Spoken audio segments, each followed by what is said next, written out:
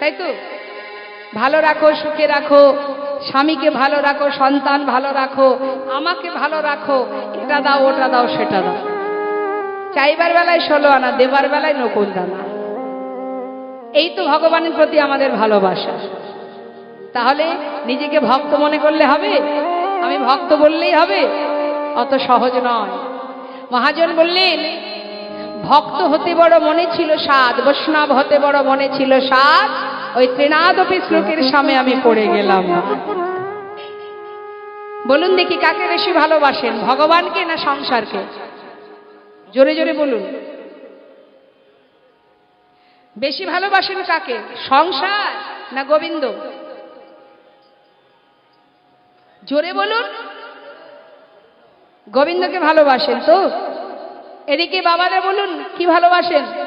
গোবিন্দকে তো? সবাই আপনারা গোবিন্দকে ভালোবাসেন আমি দেখতে পাচ্ছি। তাহলে যদি গোবিন্দকে ভালোবাসেন, আজকে কীর্তনের পরে আর বাড়ি যাবেন না, আর কিন্তু বাড়ি যেতে পারবেন না। যারা প্রকৃত গোবিন্দকে ভালোবাসে তারা কেউ সংসারে নেই, সবাই চলে গেছে সংসার ছেড়ে, সুখ স্বাচ্ছন্দ্য ছেড়ে। যেমন সরগোস্বামী, কেউ আমার আপনার মতো কাঙাল ভিখারি ছিল না, বড় বড় জমিদার ছিল, মন্ত্রী ছিল। তারা সমস্ত সুখ ফেলে থুয়ে চলে গেল একটা ছিন্ন বসন পরে বৃন্দাবনে। সরগোস্বামী বৃন্দাবনে গিয়ে উপস্থিত, গোবিন্দ কৃপা লাভ করলো। আজকে যার লীলা আপনারা শ্রবণ করছেন, তিনিও সমস্ত জমিদারি সুখ স্বাচ্ছন্দ্য ফেলে চলে গিয়েছিলেন বৃন্দাবনে, তাই তো গোবিন্দের দেখা পেয়েছিলেন। আর আমরা যদি বলি যে আমরা ভগবানকে ভালোবাসি, তাহলে ভুল হবে। আমরা ভগবানের থেকে বেশি ভালোবাসি সংসারকে। সেই জন্য সংসারের মায়া আমরা ত্যাগ করতে পারি না বাবা। আর সংসারকে বেশি ভালোবাসি বলেই আমাদের এত কষ্ট পেতে হয়। সংসার তো রাধারানীও করেছিলেন, আয়নের ঘরণী ছিলেন, কর্মও করেছে, রন্ধনও করেছে, সবই করেছে, কিন্তু তার মনটা কোথায় থাকতো? গোবিন্দের কাছে। হরি বল, হরি বল। তুমিও সংসারে কর্ম করো, দায় দায়িত্ব পালন করো, অর্থ উপার্জন করো, ছেলে মেয়ের ভবিষ্যৎ করো, কিন্তু মনটা দিয়ে দাও কৃষ্ণ চরণে। নিতাই গৌর হরি বল, হরি বল। তাহলে কৃষ্ণ ভজন হবে, ভবে মনুষ্যকুলে জন্ম পাওয়া তোমার সার্থক হবে। আজ লালার দেখুন কি অবস্থা। ভিখারির কথা শোনা মাত্রই বলে উঠলেন, ভিখারি তুমি ভিক্ষা করে ভগবানের সেবা দাও। আচ্ছা ভিখারি দাঁড়াও, অনেক দামি দামি রত্ন একটা সুন্দর কাপড়ে পুটুলি বেঁধে ভিখারিকে দিয়েছে। এই না ধরো। এতে কি আছে বাবু? অনেক দামি দামি রত্ন আছে, নিয়ে যাও, আমার মতো ধনী হয়ে যাবে। বাবু এগুলো নিয়ে আমি ধনী হব? হ্যাঁ ঠিক আছে, আসছি তাহলে। এই বলে মাথায় করে নিয়ে যাচ্ছে। আর সদর দরজায় দাঁড়িয়ে আছে লালা। বেশ কিছুটা যাবার পর সেই ভিখারি সেই পুটুলিটা নিয়ে দূরে বনের মধ্যে ছুঁড়ে ফেলে দিয়েছে। যেই না ফেলে দিয়েছে, সঙ্গে সঙ্গে পিছন থেকে লালা বলে উঠলেন, এই ভিখারি, এত বড় সাহস তোমার! আমি যা কিছু দিয়েছি তুমি ছুঁড়ে ফেলে দিলে? কেন ফেলে দিলে? শোনো, আমায় বলে যাও, কেন তুমি এমন কাজ করলে? বাবু অপরাধ নেবেন না। আপনার দেওয়া যা কিছু মূল্যবান বস্তু আমি যখন মাথায় করে নিয়ে যাচ্ছি, পথে যেতে যেতে হঠাৎ কে যেন পিছন থেকে আমায় বলে উঠল, ওরে কোথায় যাচ্ছিস তুই এগুলো নিয়ে? এগুলো দিয়ে করবি কি তুই? ওই জমিদারের মতো তুই ধনী হতে চাস? ফেলে দে বাবা, ওগুলো ফেলে দে। ওরে আমি তো কোনোদিনই তোকে বলিনি আমার জন্য ক্ষীর সর ননি মাখন এনে দে।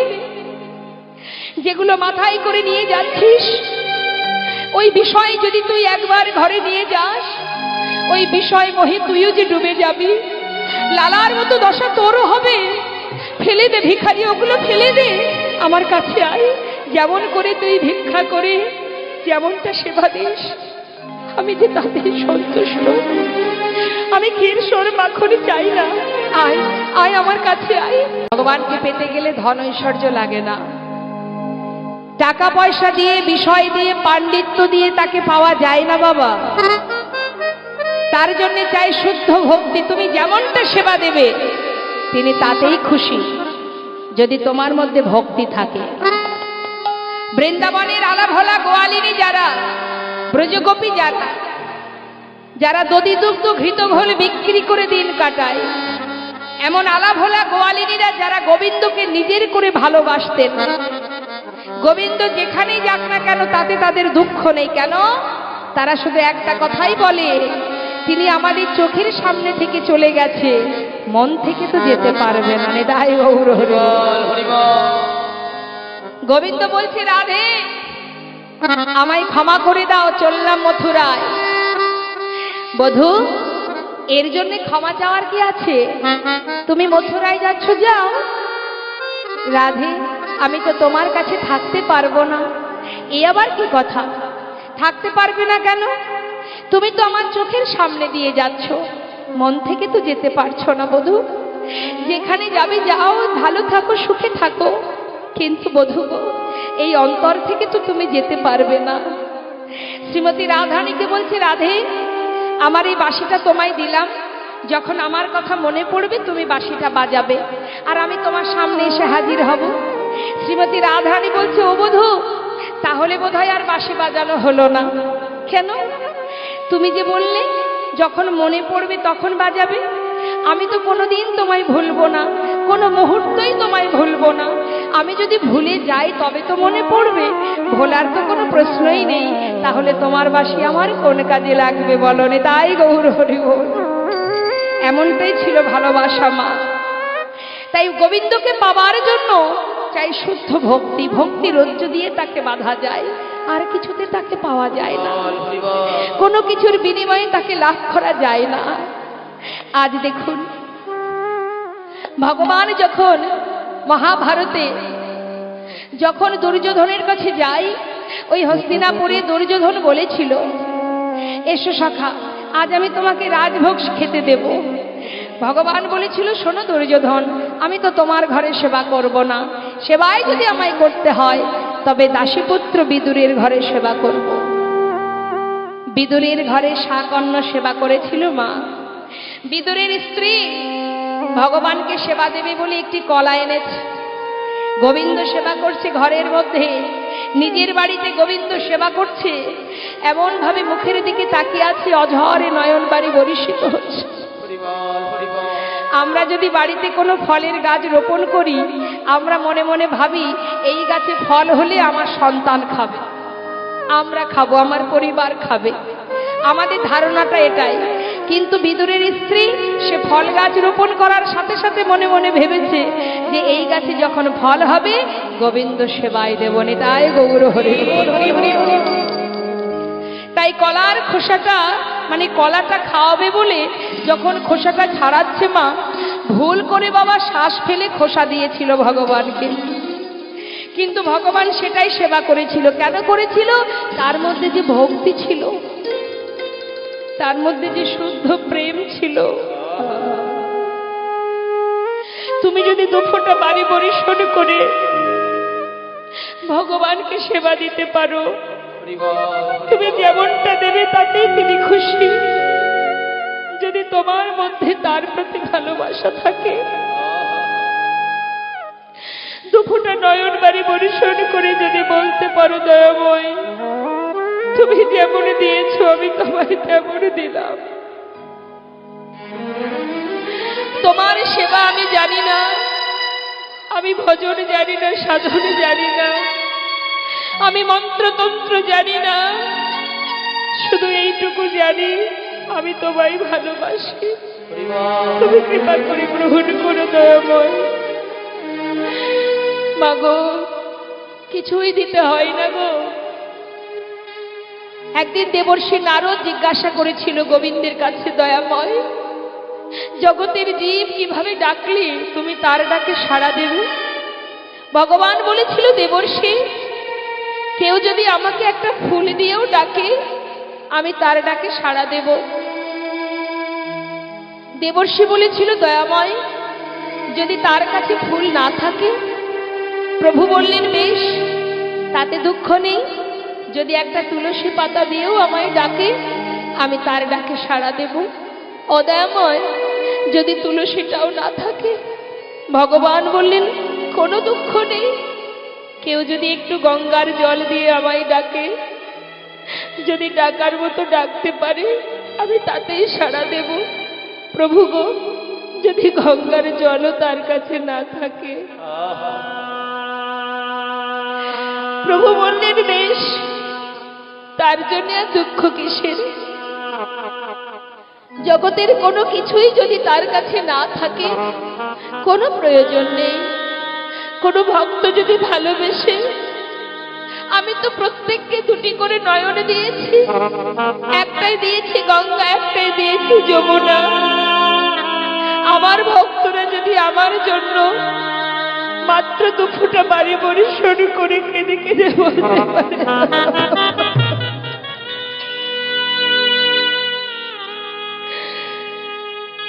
যদি বলতে পারে প্রভু তোমার চরণে ঠাঁই দাও,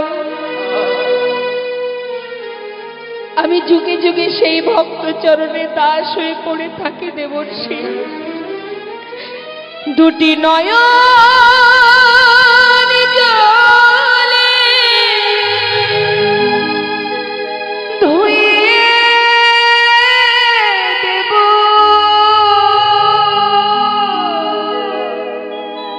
তোমার 2টি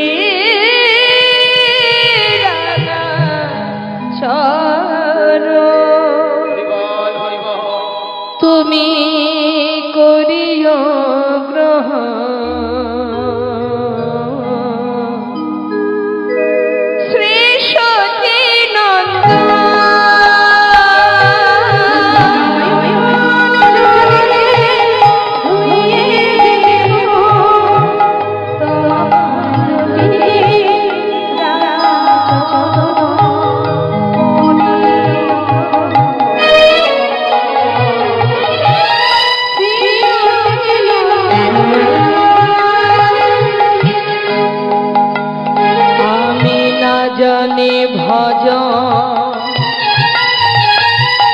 না জানি পূজো,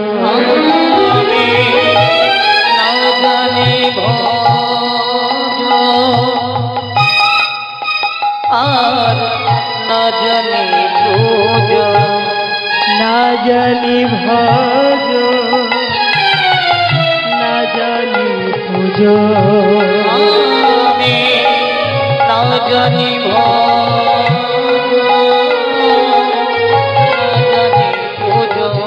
বল কোন গুণে পাব তোমার রাঙা চরণ।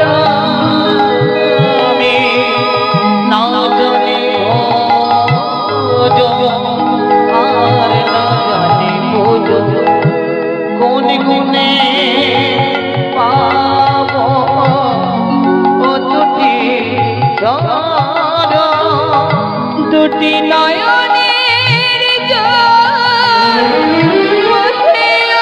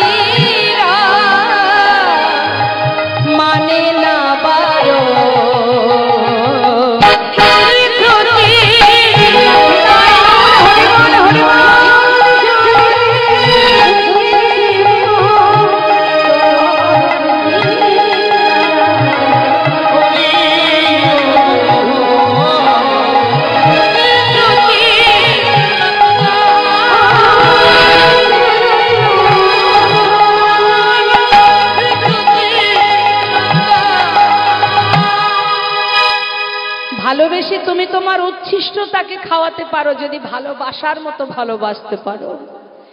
যে প্রমাণ দিয়ে গিয়েছিল মা শ্রীখণ্ড নিবাসী মুকুন্দ দাসের পুত্র রঘুনন্দন, যে প্রমাণ দিয়ে গিয়েছিল প্রভু রাম অবতারে সবরী, যার এঠো কুল সেবা করেছিলেন প্রভু রামচন্দ্র।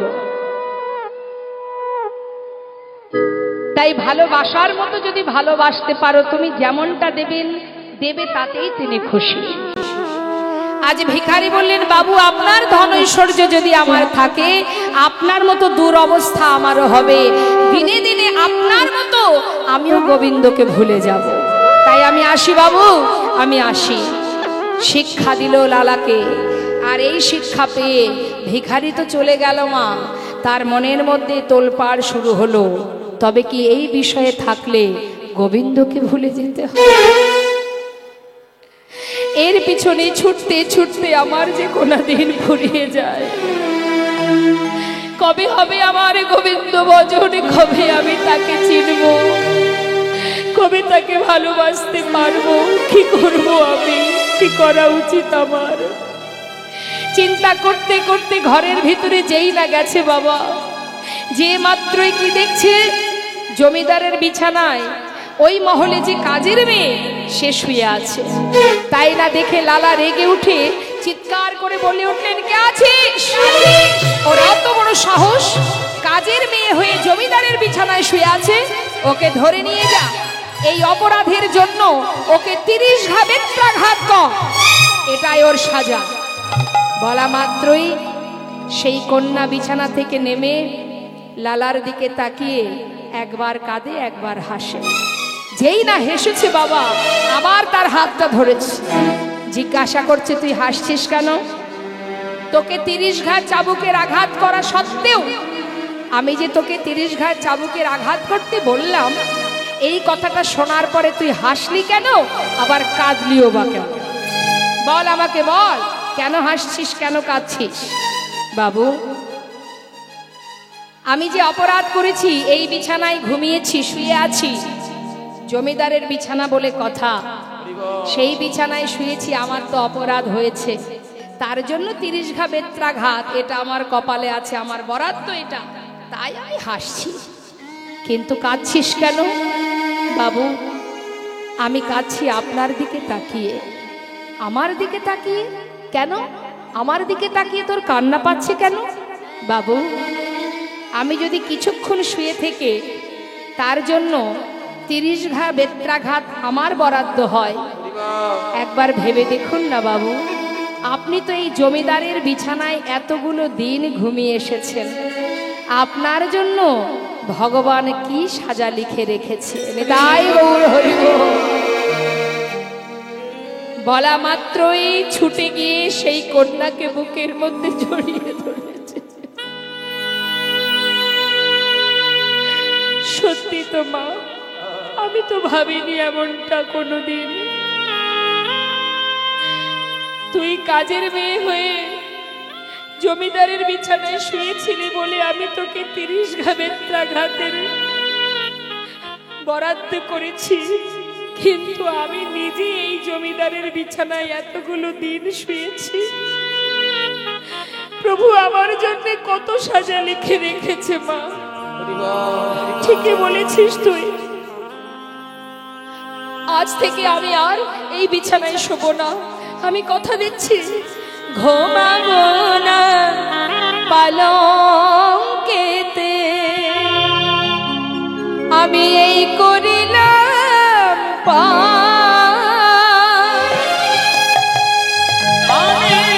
ঘুমাবো না পালঙ্কেতে,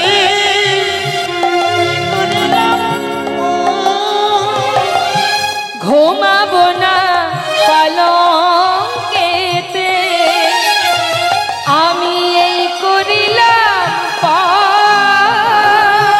ঘুমাবো না পালঙ্কেতে, এই করিলাম। এ দেহেতে এ প্রাণ আমার থাকবে যতক্ষণ,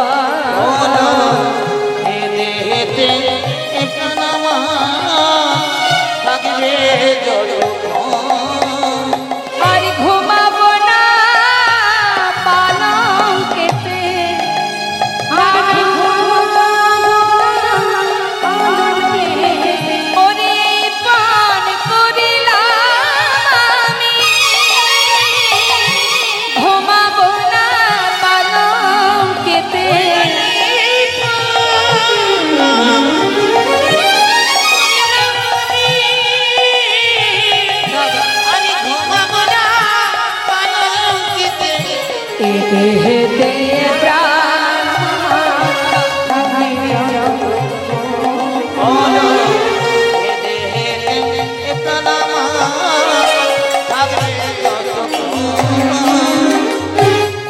সেই দিন থেকে পালঙ্কে শোয়া বন্ধ করে দিলেন মস্ত বড় জমিদার লালা।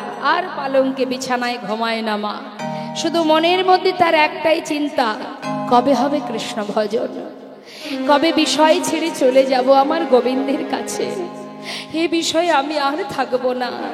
মনের মধ্যে ভাবতে ভাবতে এবার জমিদারি রক্ষার জন্য তিনি গেছেন কোথায়? গোটা রাজ্য পরিদর্শন করতে আর খাজনা আদায় করতে।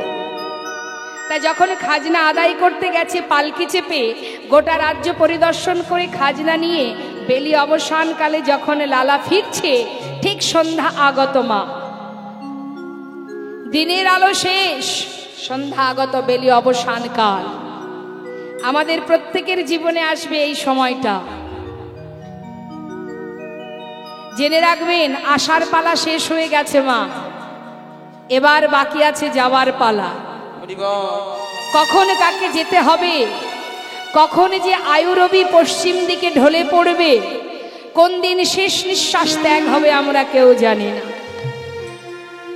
তাই দিনের শেষে সন্ধ্যা আগত জীবন বেলা বয়ে যায়, ঠিক সেই সময় লালা ফিরছে। আর এই দিকে কি হলো, রজক কন্যা তার পিতাকে ডেকে বলছে, বাবু গো। রজক কন্যা, রজক কাদের বলে বাবা? ধোপাকে বলা হয় রজক। তার কন্যা তার পিতাকে মানে রজককে বলছে, বাবু গো, বেলা যায় বাসনায় আগুনে দাও, বাবু গো, বেলা যায় বাসনায় আগুনে দাও। অর্থাৎ বাসনা কাকে বলে? কলার পাতাকে শুকিয়ে গেলে ওটাকে বলে বাসনা। আগেকার সময় তো এত কাপড় কাচার ডিটারজেন্ট ছিল না, ওই কলার পাতা, শুকনো কলার পাতাকে পুড়িয়ে যে খার হতো সেটা দিয়ে কাপড় পরিষ্কার করা হতো, করে দেখবেন পরিষ্কার হবে। তা বাবা, কন্যা তার পিতাকে বলছে, বেলা যায় বাসনায় আগুন দাও। আর লালা ফিরছে পালকি চেপে, সন্ধ্যা আগত, ঠিক সেই সময় প্রতিধ্বনি শুনছে লালা, কি? বেলা যায়,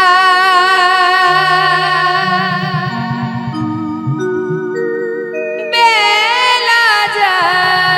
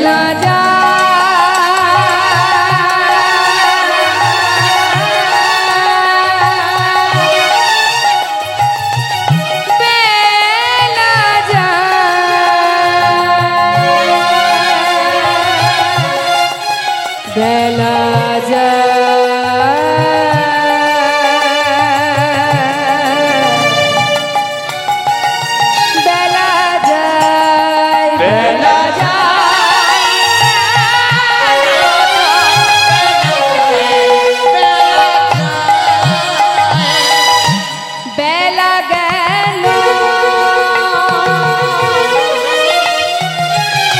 শোনো শোনো হে কলির ঝি, জীবন বেলা বয়ে গেল, ওই দেখো এলো এলো আমাদের যাবার সময় এলো।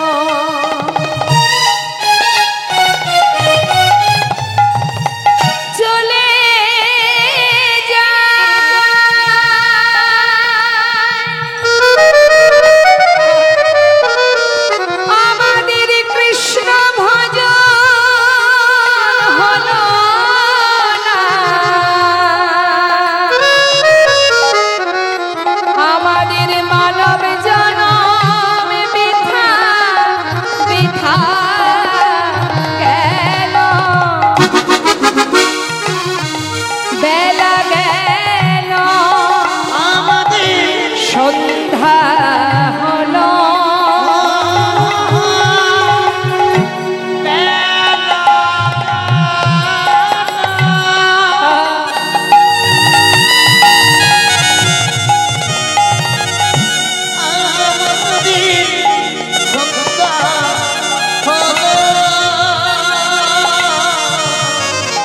ফিরে এসোতা বেলা যায় বেলা যায়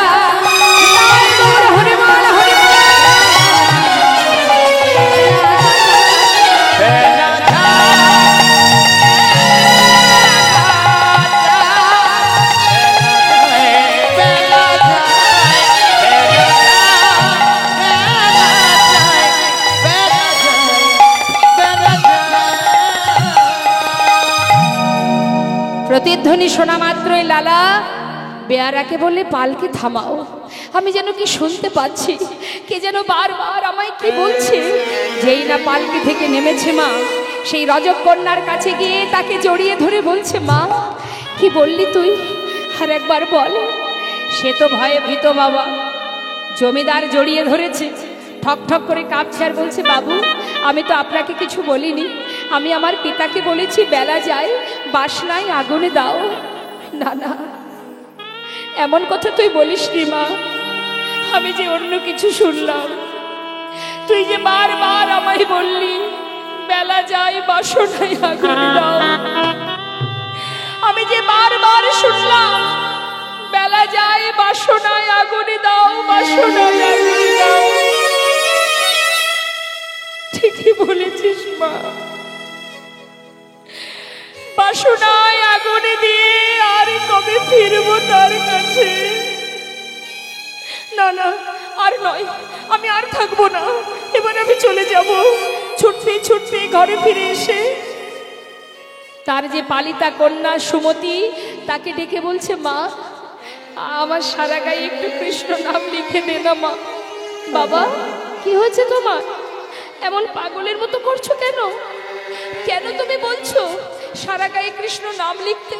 কি হয়েছে তোমার? মা আমার বলতে যা কিছু আমি সর্বস্ব তোদের জন্য রেখে গেলাম, আমি আর কিচ্ছু চাই না মা। আমার সারা গায়ে কৃষ্ণ নাম লিখে দে সুমতি, আমি চলে যাই। বাবা কোথায় যাবে তুমি? আমি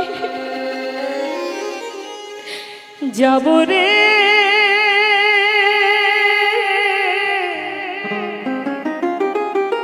যাব আমি,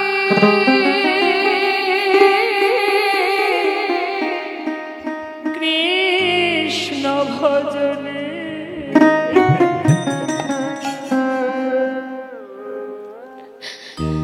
যাব আমি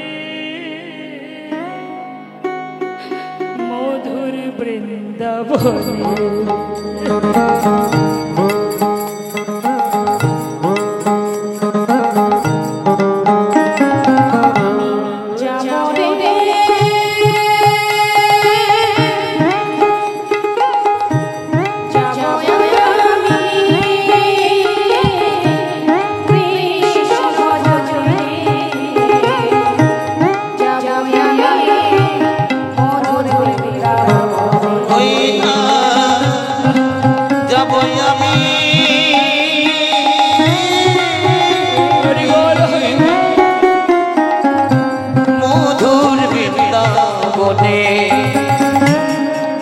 রইল সাধে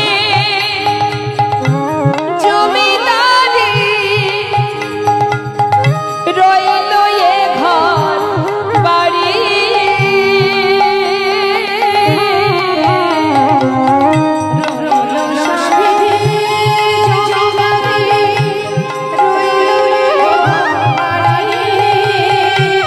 বৃন্দাবনে চলে যাব সবই কিছু ছাড়ি।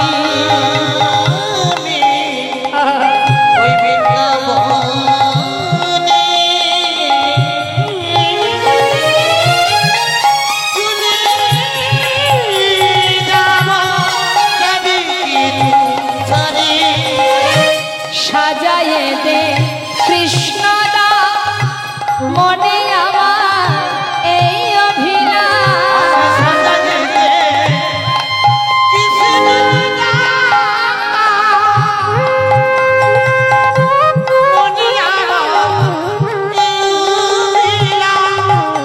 আমি হব বৃন্দাবনে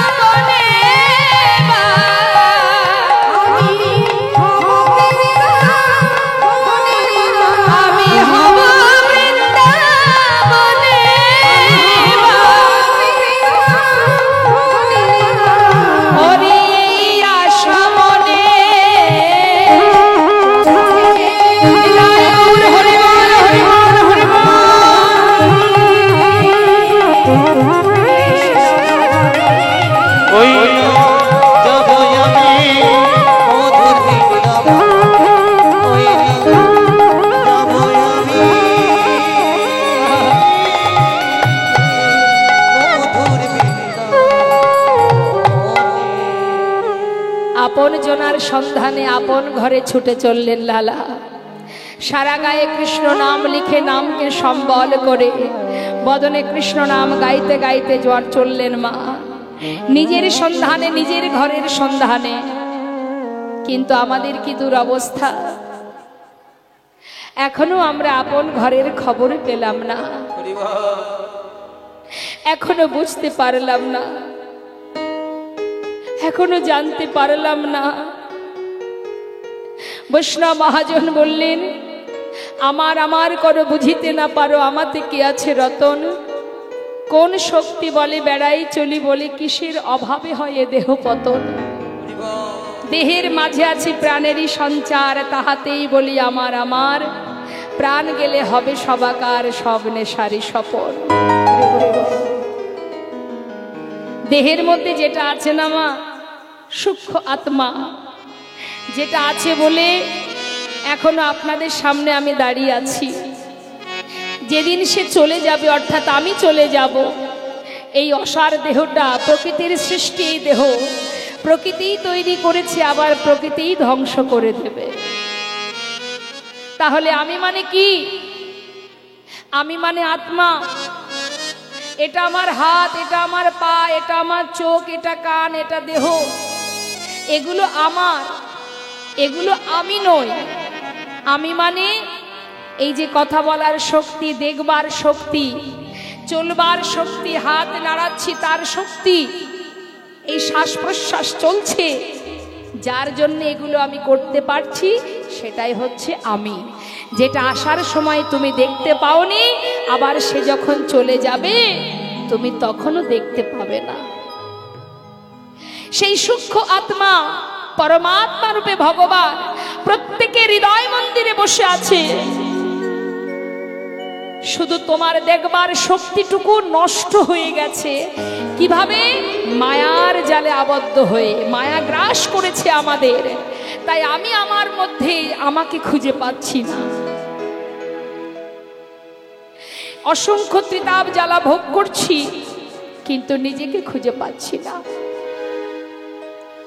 বৈষ্ণব মহাজন বললেন, এখনো দেখো কোথায় আছে তিনি, এইখানে। যে জেনেছে মা, নিজেকে যে চিনতে পেরেছে, সে নিজেকে সঁপেছে তার চরণে। বৈষ্ণব কবি, কবিগুরু রবীন্দ্রনাথ ঠাকুর তিনি বলেছিলেন, আমার হিয়ার মাঝে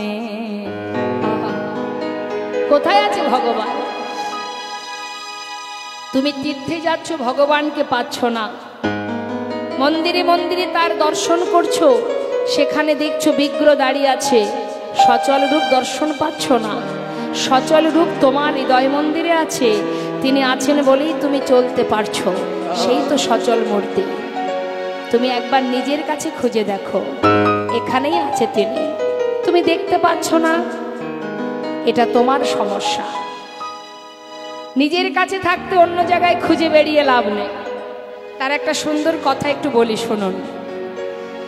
একজন ব্যক্তি হাওড়া থেকে দিল্লি যাচ্ছে বাবা, তার কাছে 5 লাখ টাকা আছে, সঙ্গে একজন চোর, সে খবর পেয়েছে এনার কাছে 5 লাখ টাকা আছে।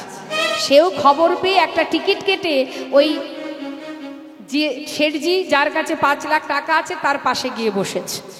এবার 2-3 ঘন্টা ধরে যাচ্ছে তো পথ দিয়ে, চোর কিন্তু তার ধান্দাতে আছে যে কখনো এই বাবু একবার উঠবে, আমি এই সুযোগে টাকার ব্যাগটা নিয়ে পালিয়ে যাব। তার চোখের চাহনি দেখে শেঠজির বোঝা সারা যে এই মানুষটা খুব একটা সুবিধার নয়। সে কি করেছে, টাকার ব্যাগটা ভালো করে কোলের মধ্যে চেপে ধরে বসে আছে। আর চোর মনে মনে ভাবছে 5 ঘন্টা হয়ে গেল, এই বাবু তো একবার ওঠেও না, নড়েও না, চড়েও না। হ্যাঁ, যে উদ্দেশ্যে আসা সে কি আমার সফল হবে না? আর এদিকে শেঠজি মনে মনে চিন্তা করছে, ওই বেটা যদি একবার ওঠে তাহলে টাকাটা আমি একটা নিরিবিলি জায়গাতে, বেশ নিরাপদ জায়গাতে আমি রেখে দেব। এখন দেখছি তাই তো এই শেঠজি তো উঠছে না, কোনো রকমেই উঠছে না, বসেই আছে। চোর দেখছে ধুর আর কতক্ষণ বসবো, পায়ে হাতে ব্যথা করছে, আমি একটু হাঁটাহাঁটি করে আসি। এই বলে যেই না উঠে এ মাথা ও মাথা করছে ট্রেনের, সেই সুযোগে শেঠজি কি করেছে, টাকাটা নিজের ব্যাগ থেকে বের করে একটা নির্জন জায়গায় রেখে দিয়েছে। নিতাই গৌর হরি, নিরাপদ জায়গায়, যেখানে আর কোনো ভয় নেই। কিছুক্ষণ পর এসেছে চোর, এসে পাশে বসেছে।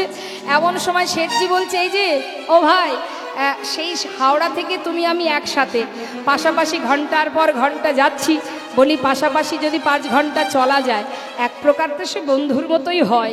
তা বলি, বন্ধু তুমি কি আমার একটু উপকার করবে? কি উপকার? শোনো না, আমার ব্যাগটা একটু তোমার কাছে রাখবো, হ্যাঁ আমি একটু বাইরে যাব। আচ্ছা ঠিক আছে। মনে মনে ভাবছে, আমি তো ওই অপেক্ষায় ছিলাম। যাও দেখো না মজাটা কেমন। যেই না ব্যাগটা তার হাতে দিয়েছে আর শেঠজি উঠে চলে গেছে, সেই সুযোগে সে আর দেরি টেরি না করে ব্যাগের মধ্যে হাত ঢুকিয়েছে। চারিদিকে যতগুলো ব্যাগের চেন ছিল খুলে খুলে দেখছে, কিন্তু যে জন্যে আসা সেটা আর ব্যাগের মধ্যে নেই। কি ব্যাপার? আমি নিশ্চিত এনার কাছে টাকাটা ছিল, টাকাটা গেল কোথায়? সেটা কেন নেই? হ্যাঁ, মনে মনে চিন্তা করছে, পেলাম না যখন, এই বাবুর কাছে সত্যি কথাটা বলবো এবং ওনার কাছ থেকে আমি জানবো টাকাটা কোথায় রেখেছে, তারপরে আমি ট্রেন থেকে নামবো। তাতে যদি আমার সাজা হয়, গর্দান হয়, আমি মানতে রাজি, কিন্তু না শুনে আমি যাব না। যেই না শেঠজি এসেছেন, কাছে গিয়ে করজোড়ে বলছে, বাবু আমি খুব একটা ভালো মানুষ নই, আমি একটা উদ্দেশ্য নিয়ে আপনার কাছে এসেছিলাম, আপনি যে সাজা দেবেন আমি মাথা পেতে নেব, কিন্তু আজ একটু বলবেন বাবু, আপনার ব্যাগে যে টাকাটা ছিল সেই টাকাটা আপনি কোথায় রেখেছেন? শেঠজি বলছে, তুমি সত্যি কথাটা, চোর হয়েও যখন সত্যি কথা বলে দিলে, তাহলে আমার আর সত্যি বলতে সমস্যা কোথায়? তবে শোনো ভাই, আমি তোমার চোখ মুখের ভাব দেখে বুঝেছিলাম যে তুমি, তোমার উদ্দেশ্য আমার টাকাটা নেবার জন্য এসেছো। তা আমি যখন বুঝলাম যে তোমার লক্ষণ ভালো নয়, আমিও সুযোগের অপেক্ষায় ছিলাম, তুমি কখন উঠবে, আমি আমার টাকাটাকে একটা নিরাপদ জায়গায় রাখবো। তা তুমি যখন দেখলে যে আমি উঠছি না, তুমি নিজে উঠে গেলে, সেই সুযোগে আমি আমার ব্যাগ থেকে টাকাটাকে বের করে আমি তোমার ব্যাগে ঢুকিয়ে রেখেছি। নিতাই গৌর হরি বল। কারণ আমি জানি তুমি সব জায়গায় খুঁজবে, নিজের ব্যাগে তো আর হাত দেবে না। নিতাই গৌর হরি বল, হরি বল। কেউ কি নিজের ব্যাগে হাত দেবে বাবা? চারিদিকে খুঁজবে, তাই ভেবেছে যে ওটাই নিরাপদ, তাই তুমি সব জায়গায় খুঁজেছো, পাওনি, কিন্তু একবার যদি নিজের ব্যাগে হাত দিতে তুমি পেতে। নিতাই গৌর হরি বল। তাই তো বিশ্বকবি বললেন, যত জায়গায় ঘোরো না কেন, সচল মূরতি দর্শনে যদি করতে হয়, চলতে জানে কথা বলতে জানে, সে যে আপন হৃদয় মন্দিরে বসে আছে। আহা, একবার নিজের অন্তরে চেত দর্পণ মার্জনা, পরিষ্কার করো, মায়ার আবরণ কালিমা দূরীভূত করো, হিংসা দূরীভূত করো, ক্রোধ মুছে দাও, সমস্ত অন্ধকার কালিমা দূরীভূত করো। দেখো এইখানে বসে নিত্য নাম গাইছি। আমার হিয়ার মাঝে লুকিয়েছিলে, দেখতে আমি পাইনি তোমায়, দেখতে আমি পাইনি। আমার হিয়ার মাঝে লুকিয়েছিলে, দেখতে আমি পাইনি তোমায়, দেখতে আমি পাইনি। বাহির পানে চোখ মেলেছি, বাহির পানে আমার হৃদয় পানে চাইনি। আমার হিয়ার মাঝে লুকিয়েছিলে, দেখতে আমি পাইনি তোমায়, দেখতে আমি পাইনি। হরি বল, হরি বল।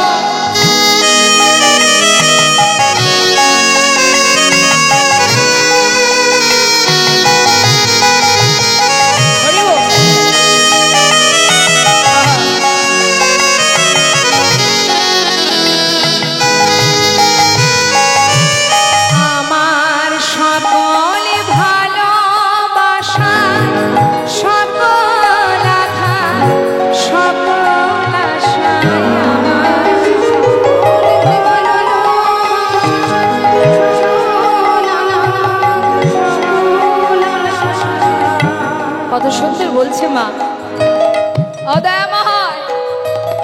তুমি আমার আঘাতেও আছো, ভালো লাগাতেও আছো, তুমি সুখে আছো, দুঃখে আছো, সর্বক্ষণে তুমি আমার কাছে আছো। কিন্তু আমি তোমার কাছে যাইনি।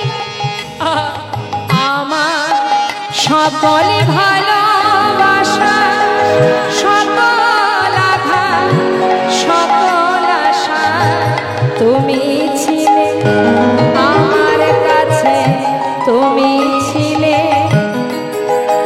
আমি তোমার কাছে যাইনি। হরি বল, হরি বল।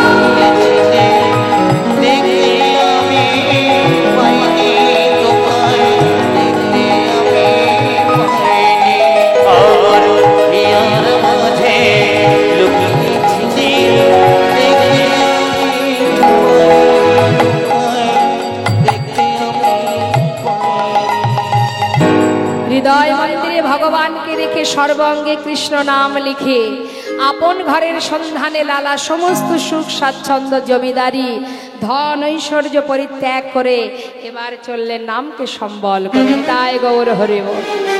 দিনের পর দিন যেতে যেতে মা মনের আনন্দে যাচ্ছে নাম গাইতে গাইতে, কোনো কিছুর ভয় নেই, কারণ একজন যে সঙ্গে আছে। ভয় যদি জীবনে কাটাতে হয়, ভয়কে যদি দূরীভূত করতে হয়, তাহলে একজনকে স্মরণ করো, গোবিন্দকে স্মরণ করো। যদি তার নাম তুমি গাইতে পারো, জীবনে আর কিছু হোক আর না হোক, তোমার যে ভয়টা আছে ভয় কেটে যাবে। আমরা যে সর্বদাই ভয় করি না বাবা, পথে চলতে গেলে মৃত্যুর ভয়, সেই ভয় থেকে মুক্তি পাবে যদি তুমি নামকে সার করতে পারো। তাই যাচ্ছে পথ ধরে নাম গাইতে গাইতে, পথ চলিতে আর বলিতে, পথ চলিতে আর বলিতে, পথ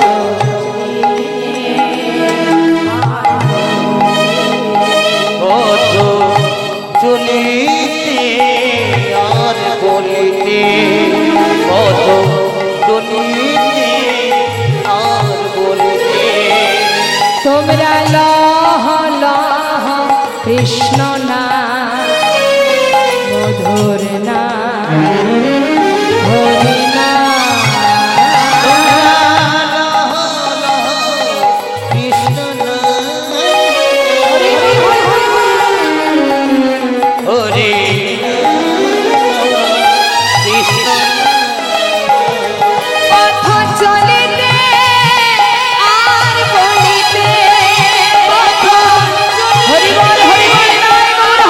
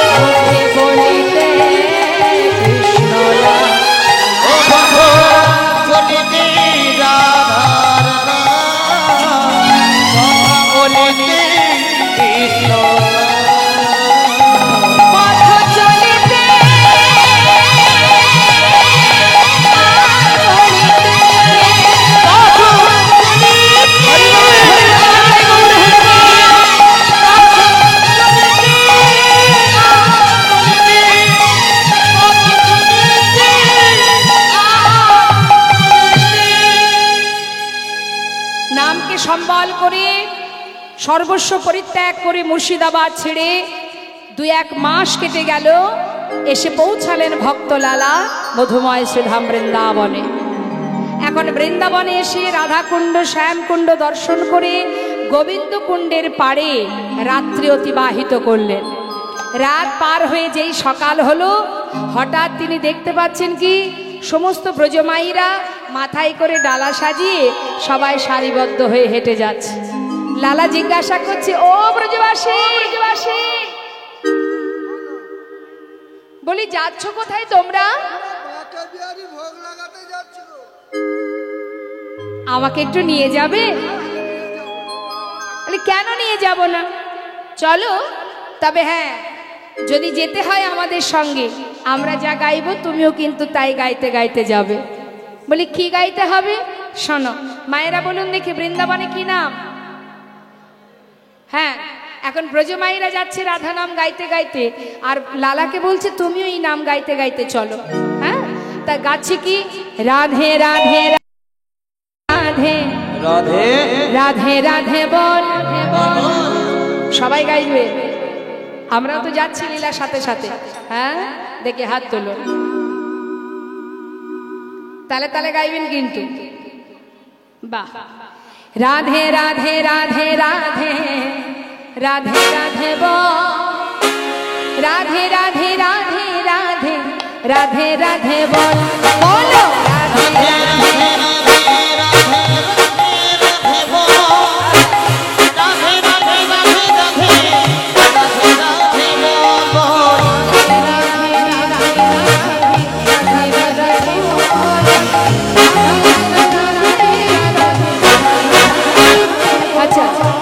এদিকে মা পিছনে কে যাচ্ছে লালা, সে কি বলছে? সেও গাইছে। কি গাইছে? কৃষ্ণ কৃষ্ণ কৃষ্ণ কৃষ্ণ কৃষ্ণ কৃষ্ণ বল, কৃষ্ণ কৃষ্ণ কৃষ্ণ কৃষ্ণ কৃষ্ণ কৃষ্ণ বল, কৃষ্ণ কৃষ্ণ কৃষ্ণ কৃষ্ণ বল, কৃষ্ণ কৃষ্ণ কৃষ্ণ কৃষ্ণ কৃষ্ণ। কি হলো? কেন? চলবে না বৃন্দাবনে। হ্যাঁ, আচ্ছা, বৃন্দাবনে এই নাম চলবে না কেন? তোমরা তো রাধা নাম করছো, আমি কৃষ্ণ নাম করছি, দুটো নামই তো হচ্ছে নাকি, তাহলে চলবে না কেন? তাহলে কি চলে বলো? বলে রাধা নাম গাইতে হবে, রাধা নাম গাইতে হবে। তা কি করে হয়? হ্যাঁ, শুধু রাধা নাম আমি গাইতে পারবো না। গাইতে পারবে না? বলছে শুধু যদি এক কাজ করো, তাহলে এক কাজ করি, তোমাদের নামটাও থাক আর আমার নামটাও থাক, দুয়ে মিলে আমরা একসঙ্গে গাইব। আর আমরা তো যুগল ভালোবাসি, আমরা তো আর একা কাউকে ভালোবাসি নাকি, আমরা যুগল প্রেয়সী, আমরা যুগল ভজন করি। তা এখন লালা বলছে তাহলে দুজনের নাম একসঙ্গে গাওয়া হোক। হ্যাঁ হ্যাঁ, ঠিক ঠিক ঠিক।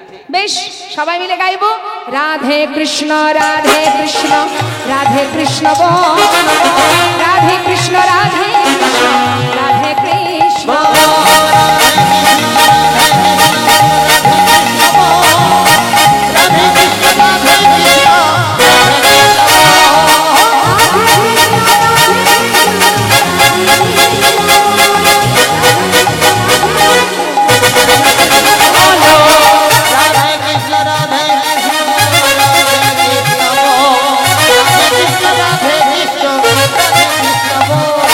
বৃন্দাবন কি, যমুনা মাই কি। আজ আপনারা গাইবেন আমার সঙ্গে, আমার দলে কেউ গাইবে না, আমি গাইব আর আপনারা গাইবেন। তবে জোরে জোরে, এখানে কিবোর্ড বাজছে, সুরের সঙ্গে যেন মিলে যায়, আনস্কেল যেন না হয়। হ্যাঁ, দেখে হাত তুলুন দেখি, মায়েরা একটু হাতটা তুলতে হবে। বাহ, বাবারা সবাই মিলে একসঙ্গে উচ্চস্বরে স্বতঃস্ফূর্ত ভাবে নাম গাইবেন। আমি এক একটি জায়গার নাম বলবো আর আপনারা রাধে কৃষ্ণ বা রাধে রাধে বলতে পারেন। হ্যাঁ, বৃন্দাবন কি, বৃন্দাবন কি।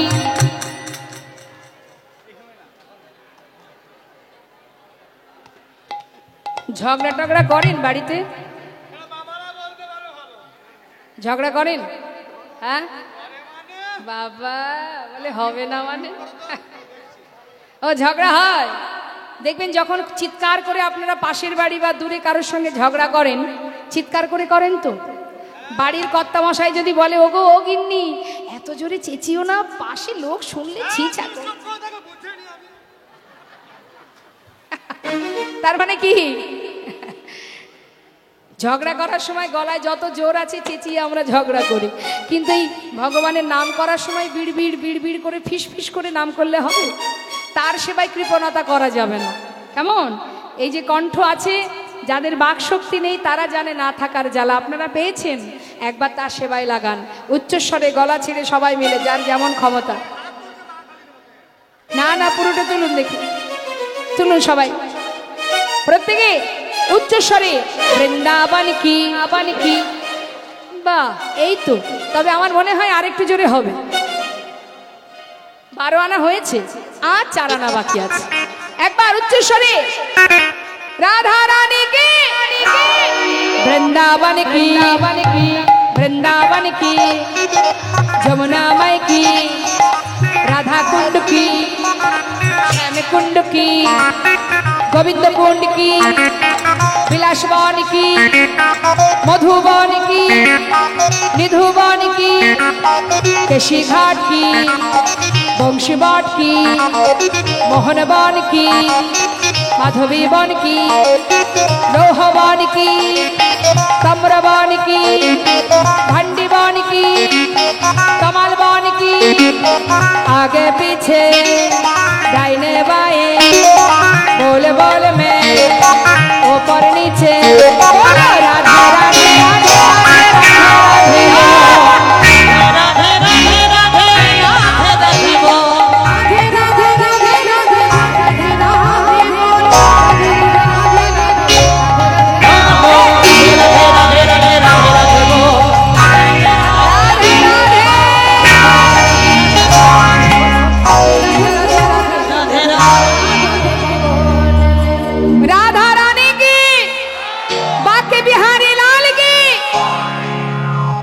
কোথায় এলাম আপাতত এখন?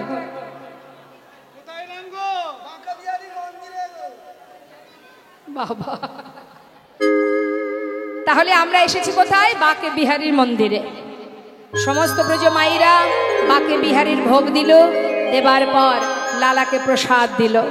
আহা, সবার কাছ থেকে প্রসাদ পেয়ে একেবারে জঠর পরিপূর্ণ করে সেবা করে ওই গোবিন্দ কুণ্ডের পাড়ে গিয়ে যেই না বাবা শয্যা পরে, মানে বালির শয্যায় ঘুমাতে যাবে, ঠিকঠাক ঘুম হচ্ছে না।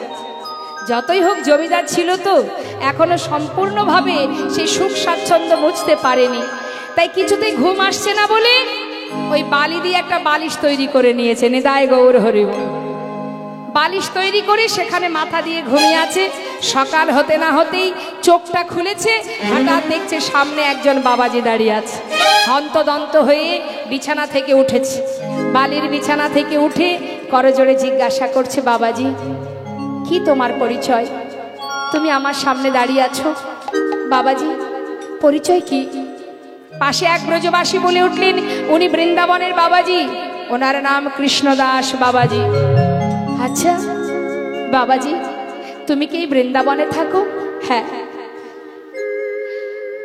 একটা কথা জিজ্ঞাসা করব। কি? বাবাজি বলো না, কোথায় গেলে আমি গোবিন্দের দেখা পাবো? কোথায় আছে সে? কি করে তার দেখা পাওয়া যায়?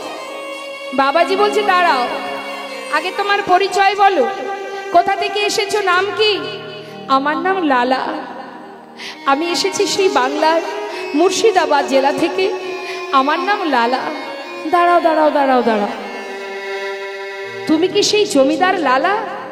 হ্যাঁ ছিলাম, এখন আর আমি জমিদার নই বাবাজি। সর্বস্ব ত্যাগ করে আমি এসেছি শুধুমাত্র গোবিন্দের কৃপা পাওয়ার জন্য। শুধু একটি বার আমায় বলে দাও, কোথায় গেলে আমি তার দেখা পাবো? ও,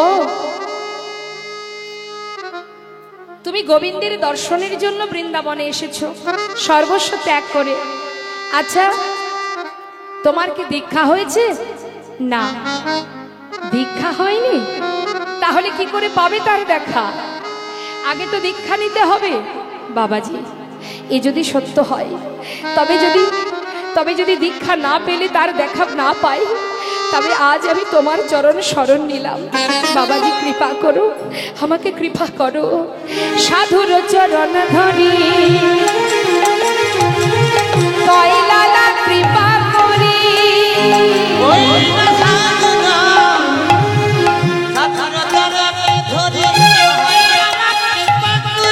অধমেরি কর এই ভিক্ষা,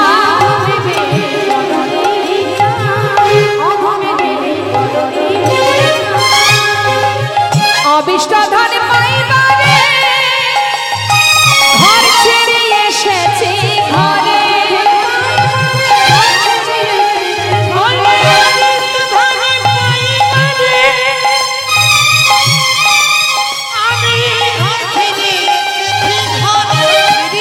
কৃপা করে দাও মনে দিয়ে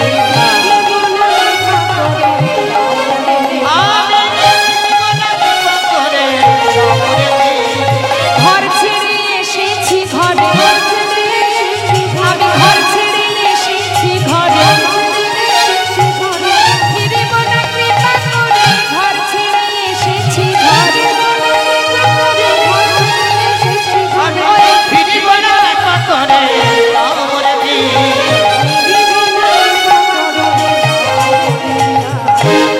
লালা, দীক্ষা পাওয়া বললেই কি দীক্ষা পাওয়া যায়?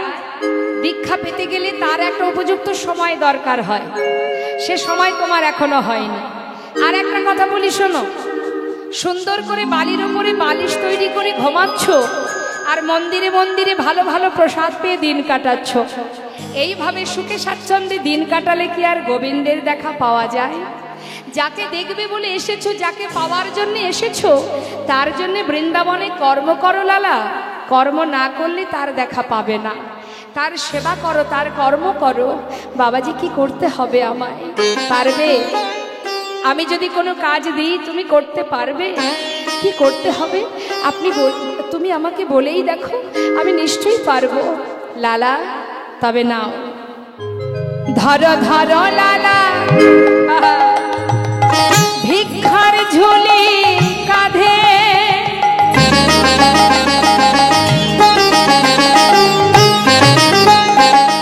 ঘুরে এসো দারে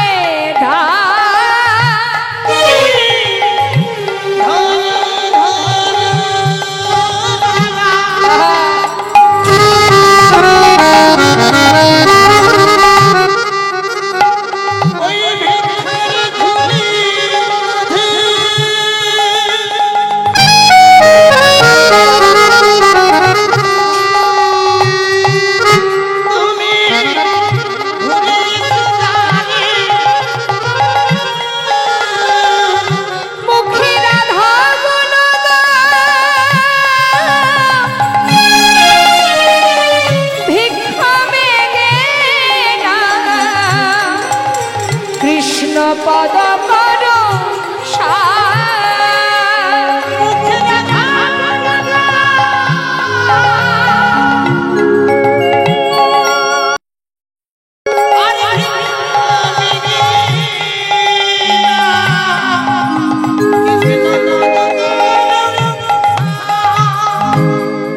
বাবা ভিক্ষার ঝুলি কেন দিল? তুমি যে জমিদার ছিলে, জমিদারি অহংকার যদি তোমার মধ্যে থেকে যায় তাহলে তো গোবিন্দের দেখা পাবে না। তাই জমিদারি অহংকার দূরীভূত করার জন্য ভিক্ষার ঝুলি কাঁধে দিয়ে দিলেন। তাই গৌর হরিবল। দেখবেন এই জগতে কেউ যদি একটু দান ধ্যান করে, অনেকের মনে অহংকার আসে। আমি এটা দিয়েছি, ওটা দিয়েছি, হরিবাসরে 50,000 টাকা দান করেছি, আমি যখনই যাব আমাকে মাথায় করে মাইকে ঘোষণা করবে বারবার। যশ খ্যাতি পাওয়ার আশায় অনেকে দান করে। তাই এই যে দানের অহংকার, এই যে আমি জমিদার, আমার এত কিছু ছিল, জমিদারি অহংকার, সুখ স্বাচ্ছন্দ্যের অহংকার, এই অহংকার দূর তখনই হবে যখন তুমি ভিক্ষার ঝুলি কাঁধে নিয়ে দাঁড়ে দাঁড়ে নতমস্তকে ভিক্ষা করবে। তাই গৌর হরিবল। তাই লালার অহংকার দূরীভূত করার জন্য বাবাজি এই সিদ্ধান্ত করে তিনি ঝোলাটা ভিক্ষার ঝুলি কাঁধে তুলে দিলেন, যাও ভিক্ষা করো। তাই দেখবেন মা, আপনার যতই টাকা পয়সা থাক, যত সময় 5 বাড়ি ভিক্ষা না করবেন, আপনি বাড়িতে ভক্ত সেবা, ভগবানের সেবা দিতে পারবেন না। কারণ আপনার অর্থে ভগবান সন্তুষ্ট নয়। যতক্ষণ আপনি নত হয়ে 5 বাড়ি থেকে ভিক্ষা না করবেন, তত সময় কিন্তু ভগবানের সেবা পরিপূর্ণ হবে না বাবা। তাই সিদ্ধান্ত করলেন, লালাকে বললেন, নাও ভিক্ষার ঝুলি কাঁধে নিয়ে দাঁড়ে দাঁড়ে রাধা নাম করার ভিক্ষা করো। বাবাজির কথা মতো লালা শুরু করে দিল বৃন্দাবনের পথে পথে দাঁড়ে দাঁড়ে ভিক্ষা করা। এইভাবে বেশ কিছুদিন চলে গেল। হঠাৎ বৃন্দাবনে তার স্ত্রী, তার পুত্রের সঙ্গে তার দেখা হয়ে গেল। বাবার কাঁধে ভিক্ষার ঝুলি, কাত্যায়নী দেখে চোখের জলে বুক ভাসিয়ে কাঁদছে। স্বামী, যার এত সুখ, যার এত অর্থ, এত বিষয়, যে জমিদারের বিছানায় এত কাল ঘুমিয়েছে, আজ তার কাঁধে ভিক্ষার ঝুলি। হে কি দেখছি আমি, হে যে আমি চোখে দেখতে পাচ্ছি না, আমি সইতে পারছি না। স্বামী, স্বামী, স্বামী, সব ফেলে তুমি ফিরে চলো। লালা বলে উঠলেন, কাত্যায়নী, আমাকে আর কোথাও যেতে বলো না, কারণ আমি যে আমার নিজের ঘরে এসেছি। আমি আমার ঘর ছেড়ে আর আমার যাওয়ার জায়গা কোথায় আছে বলো? আর কোথাও যাব না। ছোট্ট ছেলে নারায়ণ বলেন, বাবা তুমি যদি না যাও, তবে কি বৃন্দাবনে তোমার জন্য থাকবার একটা জায়গা করে দেব? বেশ, তুই যদি করতে পারিস আমার কোনো বাধা নেই। সেই সময় নারায়ণ, তার পুত্র নারায়ণ একটি মন্দির তৈরি করে সেই মন্দিরে বিগ্রহ স্থাপন করলেন, যেই বিগ্রহের নাম কৃষ্ণচন্দ্রমা। সেই বিগ্রহ স্থাপন করে লালাকে সেইখানে রেখে চলে গেল, তারা আপন ঘরে ফিরে গেল। যারা বৃন্দাবনে গেছেন আজও নিশ্চয়ই দেখেছেন, আজও বর্তমান লালার সেই মন্দির রাধাকুণ্ডের পাড়েই আছে।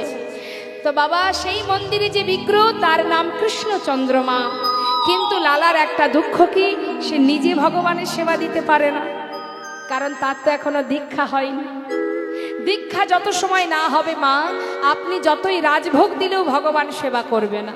ভগবান দূরে থাক, একজন বৈষ্ণব আপনার হাতে জল গ্রহণ করবে না যদি আপনার দীক্ষা মন্ত্র, শিক্ষা মন্ত্র নেওয়া না থাকে। কণ্ঠে যদি তুলসীর মালা না থাকে, আপনার হাতে জল গ্রহণ করবে না ভক্ত বৈষ্ণবরা। ভগবান তো পড়ে থাক। তাই এবার মন্দিরে এক পূজারী রেখেছে ভোগ নিবেদনের জন্য, আর লালা প্রতিদিন ভিক্ষা করে কিন্তু সেবা দিতে পারে না। এটাই তার মনে দুঃখ, আমি কেন সেবা দিতে পারি না, আমার কি অপরাধ, কেন আমার দীক্ষা হচ্ছে না, এটাই তার মনের মধ্যে দুঃখ। প্রতিদিন ভগবানের সামনে বসে চোখের জলে বুক ভাসিয়ে কাঁদে। হঠাৎ একদিন তিনি মনে মনে প্রতিজ্ঞা করলেন যে আজ আমি গুহার মধ্যে বসে বসে ভজন করব। যত সময় প্রভু আমার কাছে না আসবে, যত সময় তার দেখা আমি না পাবো, ওই গুহা থেকে আমি আর বেরোবো না। ভক্তই তো পারে ভগবানকে ডাকতে বাবা। ভক্ত যদি কঠিন সাধনা করে, তার সাধ্য নেই তার থেকে দূরে থাকার।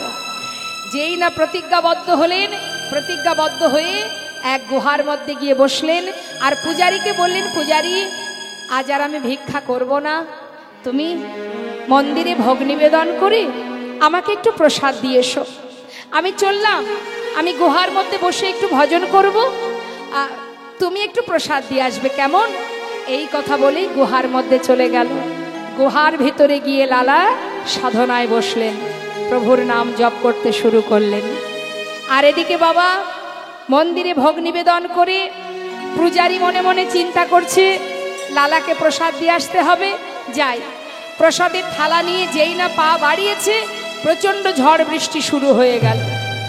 পূজারী মনে মনে ভাবছে এত বৃষ্টিতে যাব কি করে, বৃষ্টিটা বন্ধ হোক তারপরে যাব। এই ভেবে প্রসাদের থালাটা বারান্দাতে রেখে পূজারী মন্দিরে ঢুকে গেল। ভগবান করুণাময়, ভক্ত প্রতিজ্ঞাবদ্ধ, আমি গুহা থেকে বেরোবো না, আমিও দেখব তুমি কত সময় আমার কাছে না এসে থাকতে পারো। কঠিন প্রতিজ্ঞা করে যখন ভক্ত সাধনায় বসলেন, ভগবান ভক্তকে ওই গুহা থেকে বাহির করার জন্য এবার নিজে পূজারীর রূপ ধারণ করে প্রসাদের থালাটা নিয়ে মাথার উপর দিয়ে ঝড় বৃষ্টি বয়ে যাচ্ছে মা, ভগবান ভক্তের বোঝা বহন করে আজ ভক্তের সেবার বস্তু নিয়ে যাচ্ছে ভক্তের কাছে। আর ভক্ত আপন মনে গুহার মধ্যে বসে প্রভুর নাম গাইছে, রাধে কৃষ্ণ গোবিন্দ গোপাল বল বল, রাধার মন হরে হরে হরে বল। রাধে কৃষ্ণ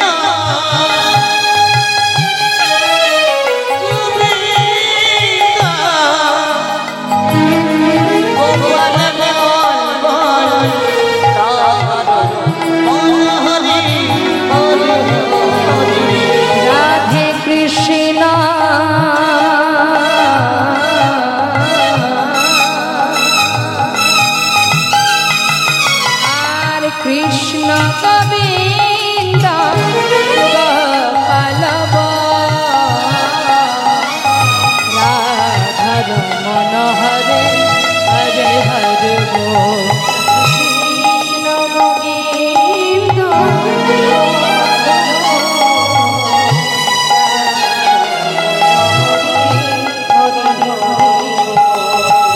গিরিধারি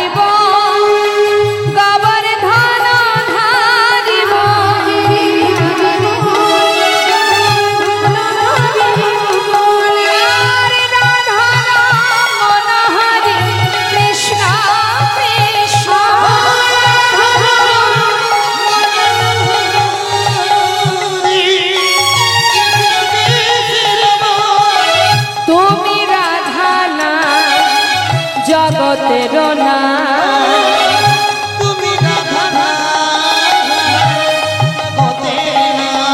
আর তুমি রাধা না জগতের না।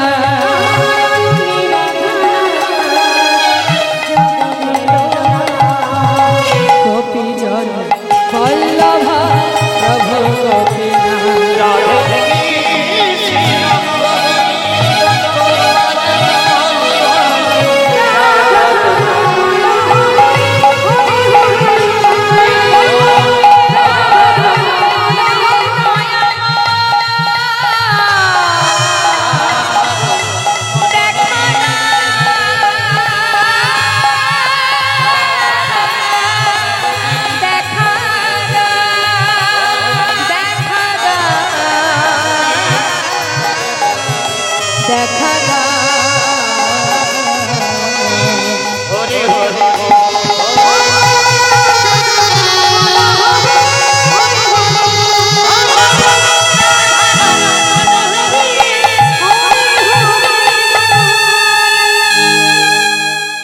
ভগবান পূজারী রূপ ধারণ করে এসে ডাকছে, লালা লালা। কে? আমি আমি পূজারী। তুমি প্রসাদ খাবে না? এই না প্রসাদ খেয়ে নাও। লালা কিন্তু চিনতে পারেনি বাবা। প্রসাদ খেলো, আবার প্রভু চলেও গেল। এদিকে মন্দিরের প্রকৃত যে পূজারী মা, সে কি করলেন, বৃষ্টি বন্ধ হয়েছে দেখে এবার প্রসাদের থালা নিয়ে আবার গুহার মধ্যে গেছে, গিয়ে ডাকছে, লালা ও লালা। কে? আমি গো, আমি পূজারী। তুমি প্রসাদ খাবে না? এই নাও প্রসাদ এনেছি। প্রসাদ? আমি তো খেয়েছি। খেয়েছো? হ্যাঁ, খেয়ে দিল তোমায়? এই তো আমি সবে এলাম। হ্যাঁ, কে দিয়েছে তোমায়? কেন? তুমি তো এলে, আমাকে প্রসাদ দিলে, আমি প্রসাদ খেলাম, তুমি চলেও গেলে।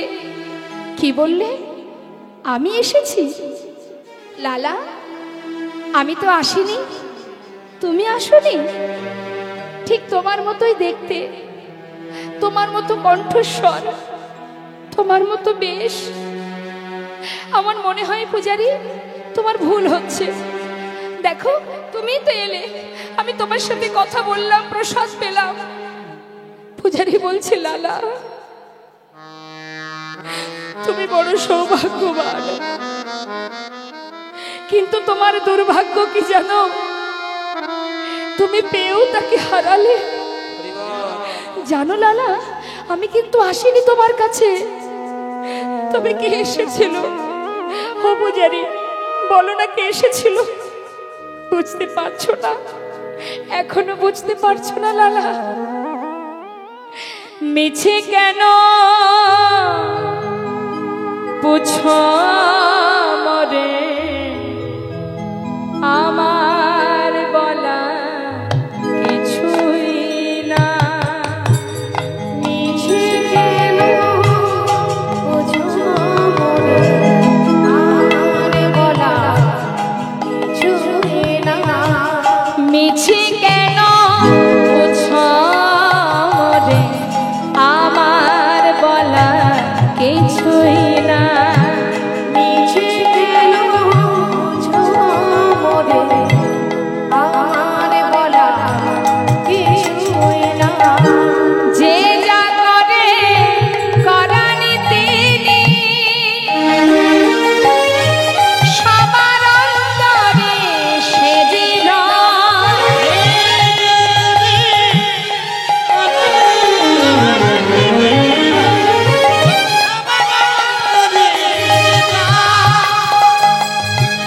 মিছে কেন মরে, আমার বলা কিছুই না।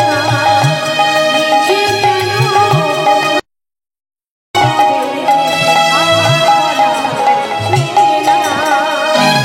আমার বলার কিছু না, আমার বলার কিছু না, আমার বলার কিছু না।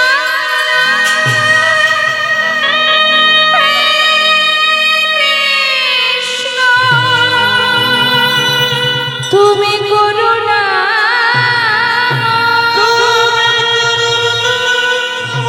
তুমি করুণা, করুণা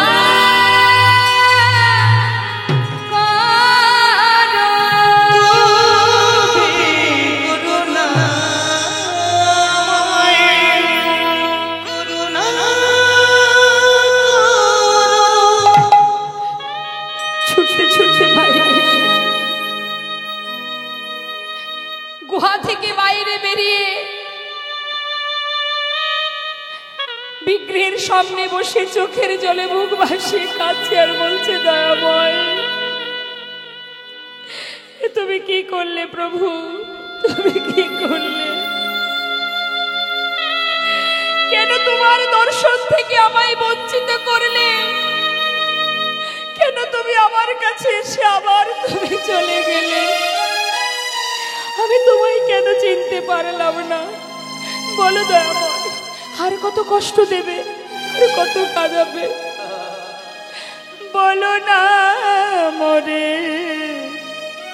কাঁদাইছ কেন, করিছ কেন ছলো না? বলো না মরে কাঁদাইছ কেন, করিছ কেন ছলো না? অনেক কেঁদেছি আর কাঁদিতে পারি না।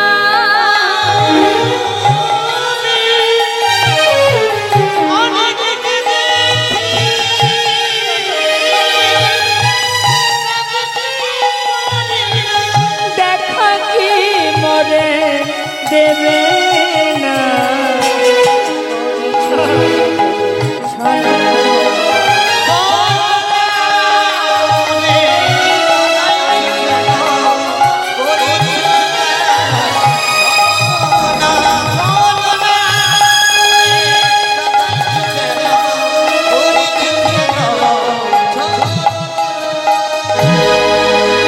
ঠাকুর ঘর থেকে বেরিয়ে সেই বাবাজির কাছে গিয়ে বাবাজির চরণটা জড়িয়ে ধরে বললেন, বাবাজি আজ তোমাকে বলতে হবে তুমি কেন আমায় দীক্ষা দিচ্ছ না। তুমি জানো বাবাজি, আমি তাকে কাছে পেয়েও আবার হারিয়েছি, আমার কেন দীক্ষা হচ্ছে না বলো বাবাজি। বাবাজি বললেন, লালা ফিরে যাও, এখনো তোমার সময় হয়নি, সময় হলে আমি নিজে এসে দীক্ষা দিয়ে যাব। বাবাজি আমি তোমার চরণ ছেড়ে যাব না, আজ তোমায় বলতে হবে কি অপরাধ আমার, কেন তুমি দীক্ষা দিচ্ছ না? বলতে হবে বাবাজি, না হলে আমি তোমার চরণ ছেড়ে কোথাও যাব না। বেশ, তাহলে শোনো, তোমার দীক্ষা কেন হচ্ছে না জানো লালা? তোমায় বলেছিলাম সবার দ্বারে ভিক্ষা করবে, করেছো? হ্যাঁ, ভালো করে চিন্তা করো বাবাজি, আমি কারোর বাড়ি বাদ দিইনি, সবার ঘরেই ভিক্ষা করেছি। শুধু একজনের ঘরে আমি যাইনি বাবাজি, সে হলো জগৎ শেঠ। কেন যাওনি? তাদের সঙ্গে আমাদের বহুদিনের একটা বিবাদ আছে। ও, কি জন্য বিবাদ? জমিদারির কারণে। সেই জমিদারি আছে তোমার? না। তুমি কি জমিদার আছো? না। তাহলে বিবাদ থাকবে কেন? শোনো লালা, যার সঙ্গে তোমার দ্বন্দ্ব বিবাদ হয়ে আছে এতদিনের, তার বাড়ি থেকে গলবস্ত্র হয়ে মাথা নত করে ভিক্ষা করে আনবে এক মুষ্টি তণ্ডুল। তার হাত থেকে ভিক্ষা নিয়ে আমার কাছে এলে আমি তবেই তোমায় দীক্ষা দেব না। তাই গৌর হরি কেন দিয়েছিল ভিক্ষার ঝুলিটা? সবার বাড়ি ভিক্ষা হবে, জগৎ শেঠের বাড়িতেও ভিক্ষা করবে, কিন্তু সেই ঘর বাদ দিয়ে সব জায়গায় ভিক্ষা করতো লালা, যার কারণে তার আজও দীক্ষা হয়নি। যেই না বাবাজি বললেন, এবার লালা চললেন তার কথা মতো জগৎ শেঠের দ্বারে। যেই না দ্বারে এসে চিৎকার করে বললেন, ভিক্ষাং দেহি। দাড়ি দেখেই চিনতে পেরেছে এ তো যে সে ব্যক্তি নয়, মস্ত বড় জমিদার লালা। কাঁধে ভিক্ষার ঝুলি নিয়ে আমাদের দ্বারে এসে দাঁড়িয়েছে ভিক্ষা নেবে বলে। কোনো কথা না বলেই কিছু দামি দামি রত্নের একটা পুটুলি করে তাকে যেই ঝোলায় দিতে যাবে, লালা বলে উঠলেন, দাঁড়িয়ে দাঁড়াও, আমি তোমার হাত থেকে ভিক্ষা নিতে পারবো না। আর যেটা তুমি এনেছো আমার কাছে, ওই দামি দামি রত্ন, এ তো আমি চাই না। শোনো ভিখারি, আহা শোনো দাঁড়ি, আমি ধনের ভিখারি নয় গো, আমি ধনে ভিখারি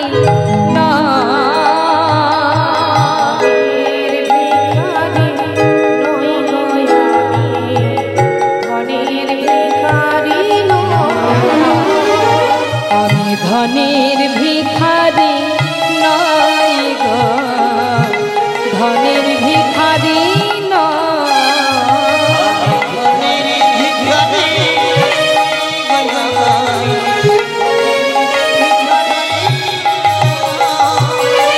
চাই গো যে আমি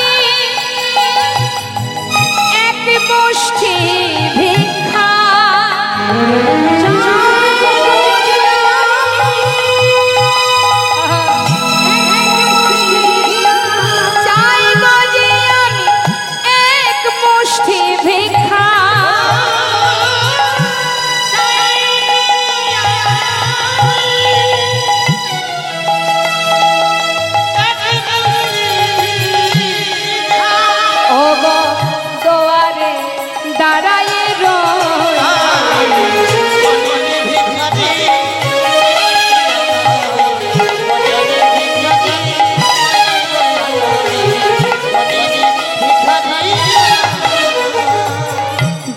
যদি মরে এক মুষ্টি ভিক্ষা,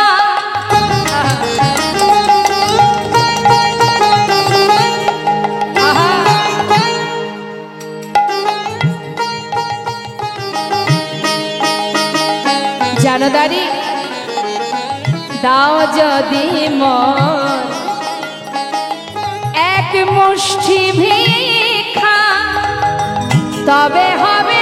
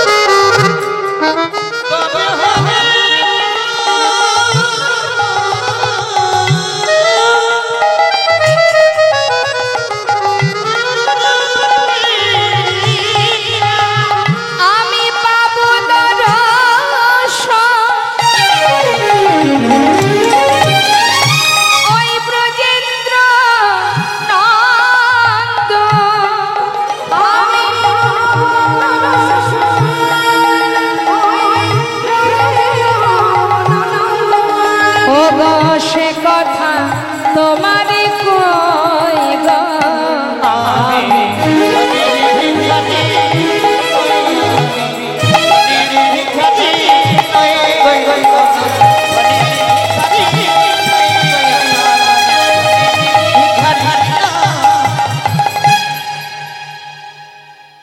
যাও দাঁড়ি, তোমাদের যে জমিদার বাবু আছেন তাকে ডেকে নিয়ে এসো, আমি তার হাত থেকে এক মুষ্টি তন্ডুল নিয়ে চলে যাব।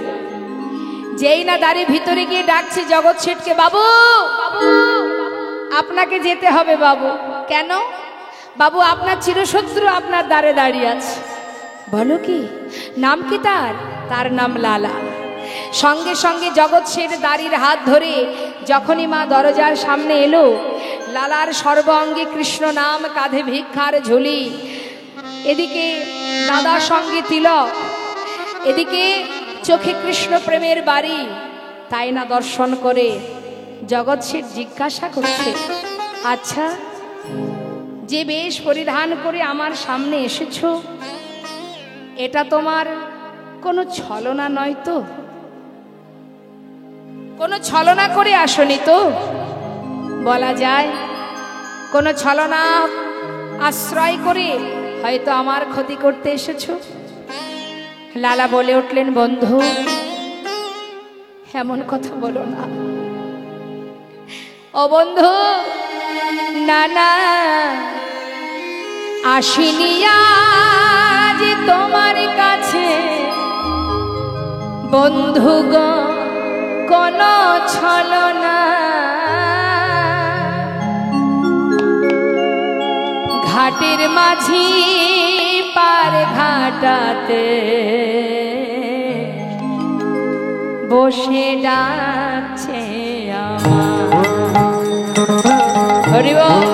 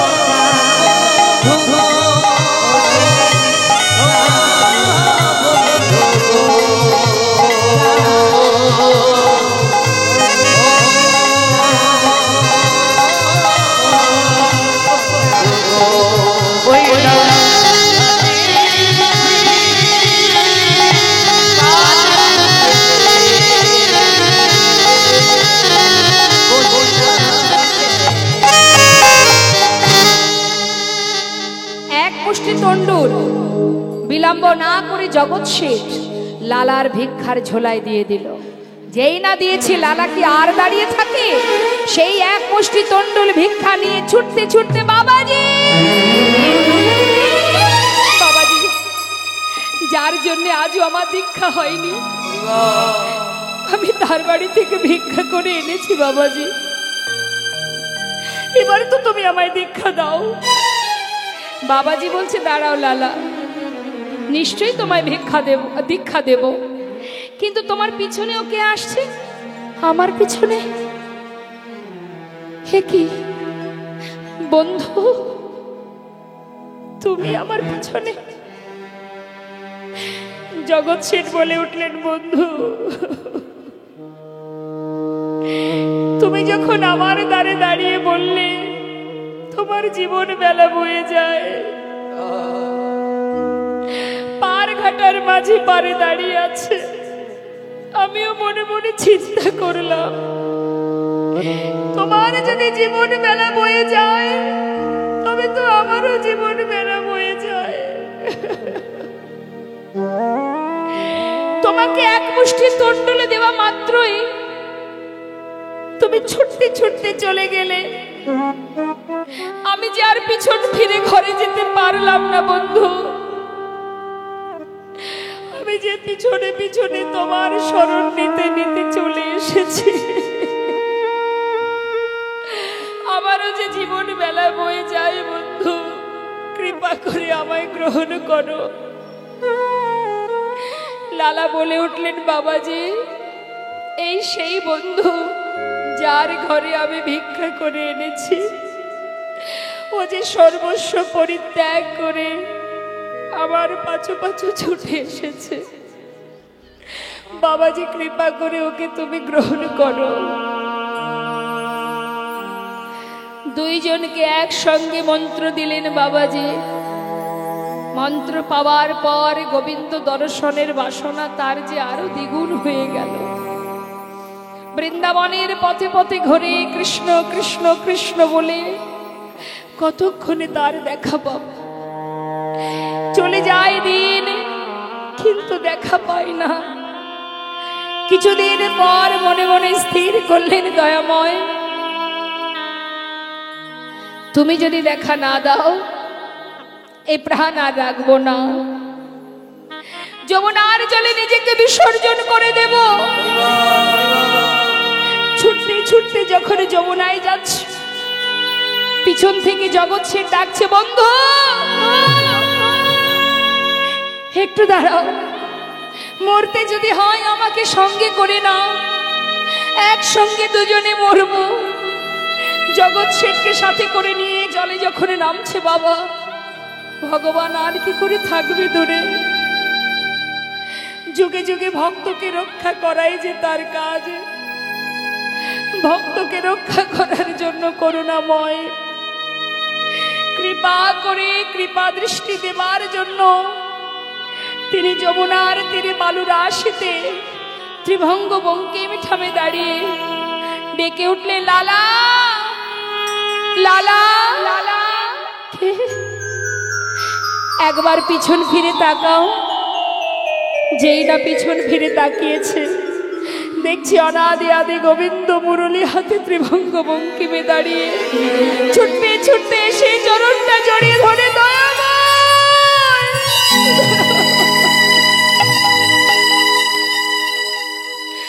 হে কৃপাময় করুণাময়, আজ আমি ধন্য প্রভু, আজ আমি ধন্য, তোমার দেখা পেলাম। ঠাই দাও দয়াময়, তোমার চরণে ঠাই দাও, তোমার চরণে দাস করে গ্রহণ করো। দয়াময় এসো প্রভু, আমার চোখের সামনে নয়, আমার হৃদয় মন্দিরে এসো।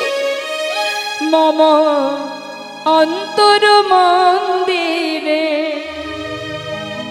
এসো এসো, মাধব কৃষ্ণ গোপাল এসো, মাধব কৃষ্ণ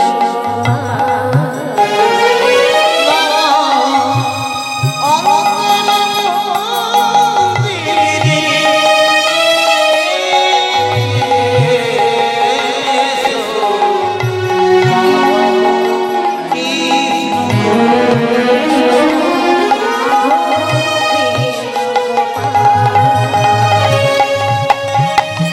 এসো এসো তুমি এসরি মাঝে অন্তর জামি হরি প্রাণে প্রিয় রাজে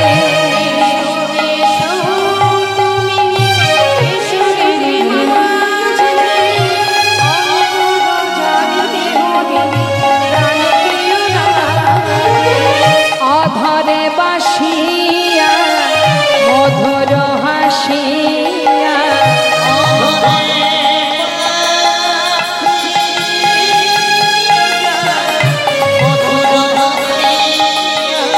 এসো এসো কৃষ্ণ গোপাল এসো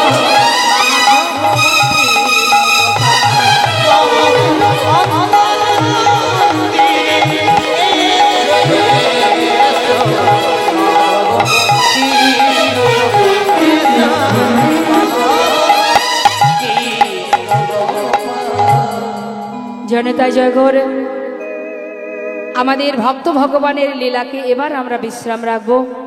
সবাই আপনারা দর্শন করুন। আর সেই সঙ্গে আপনাদের কাছে আমার নিবেদন, সবাই মিলে আশীর্বাদ করবেন যেন এইভাবে ভগবানকে ভালোবাসতে পারি, যেন তাকে ডাকতে পারি, আপনাদের মতো সাধুগুরু বৈষ্ণবের সঙ্গ লাভ করতে পারি, চরণধূলি মাথায় নিতে পারি। আসুন আমরা দর্শন করব ভক্ত ভগবানের মধুর মেলন। আর সেই সঙ্গে আমাদের সাউন্ড দাদাকে না বললেই নয়, সত্যি খুব সুন্দর সাউন্ডটা তিনি দিয়েছেন। এবং আরেকটা জিনিস ভালো দেখলাম, যার মধ্যে সুর তাল ছন্দ আছে, সেই আমাদের গৌর সুন্দর তিনি সুর বড় পছন্দ করেন। এবং এই যে আমাদের ভাই মাইক বাজার চালাচ্ছে, সাউন্ডটা দিচ্ছে, ও প্রত্যেকটা গানের সাথে সাথে রিদিমে রিদিমে তাল দিচ্ছে, সমস্ত অঙ্গভঙ্গিতে বোঝা যাচ্ছে যে সর্বশরীর জুড়ে তার তালে ছন্দে ভরা। খুব সুন্দরভাবে নামের মধ্যে ডুবে আছে বলেই আজ হয়তো গোবিন্দের কৃপা লাভ করেছে। মঙ্গলময় কৃপাময় কৃপা বরিশন করুক আপনাদের। সবাই আপনারা ভালো থাকুন। আসুন আমরা দর্শন করব। ভক্ত আর ভগবানের মিলন হইল,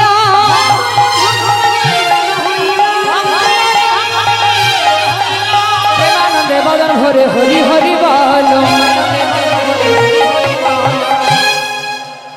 জয়নিতা জয়গৌর আমরা মধুর মধুর মিলন দর্শন করলাম। এবার আমরা দুটো ভজন শুনবো ভক্তের অনুরোধে, তারপরে নিতাই গৌরে জয়ধ্বনি করব। জয় রাধেশ্বর। সুরধ্বনির কিনারা জয়নিতাই নবদ্বীপে কে কে গেছেন হাত তুলে দেখান। হরিবল হরিবল নিতাই গৌর হরিবল। সুরধ্বনির কিনারায় সোনার নুপুর দিয়া পান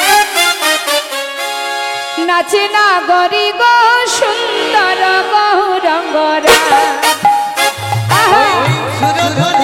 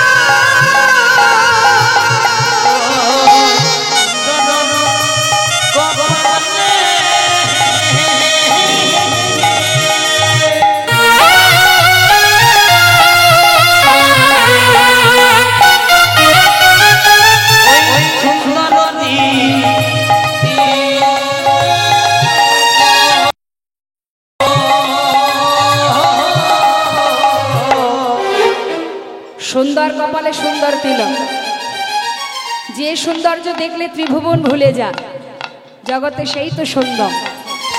বললেন সুন্দর কপালে সুন্দর তিলক, আর কি আছে? দেখো সুন্দর সুন্দর এখন নামা বলে যায় না ধরি গো সুন্দর গৌরাঙ্গরা।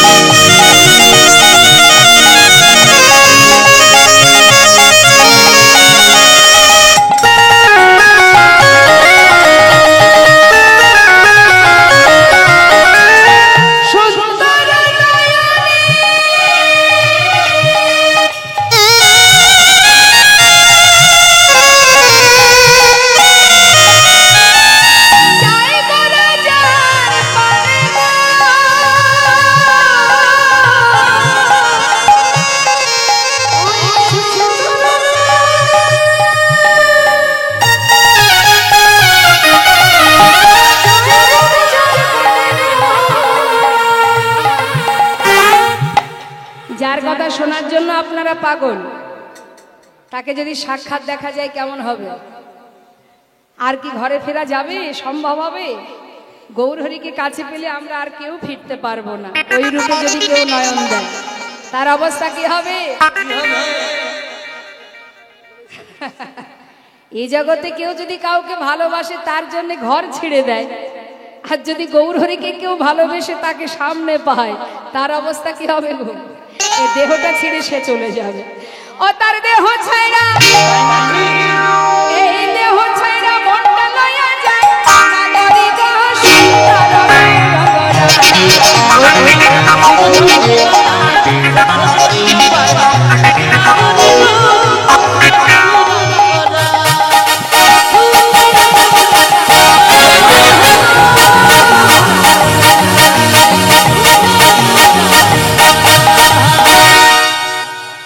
জয়নিতা জয়গৌর।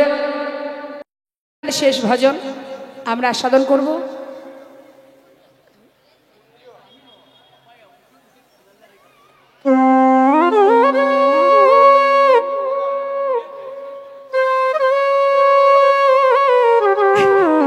ঠিক আছে, আমাদের শেষ ভজন আমরা গাইব, আপনারা আস্বাদন করুন।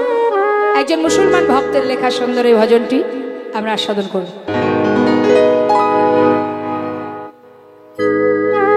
মনে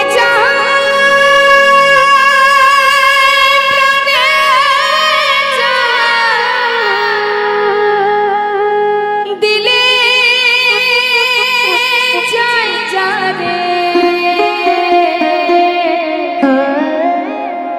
তোমরা কুঞ্জ সাজাও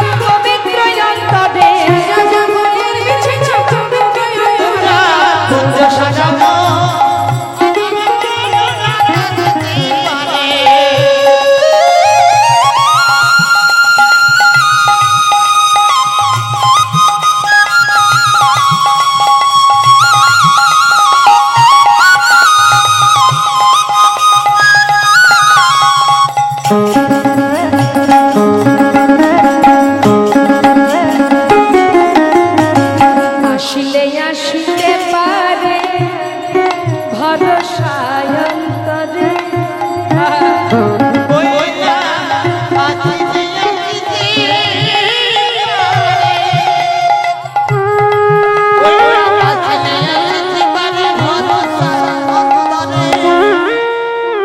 মনের মধ্যে যদি ভরসা না থাকে তাহলে তার ডেকে লাভ নেই। ভালোবাসতে হবে বাসার মতো, ভরসা রাখতে হবে, সে আসবে। ভক্ত বলছে আমার মনে ভরসা, সে আসলেও আসতে পারে। আসলে আসিতে পারে ভরসা অন্তরে, করিমে কই পাইলে কি আর ছাইড়া দিতাম তারে, করিমে কই পাইলে কি আর ছাইড়া দিতাম তোমরা সাজানো আজ আমার কালনা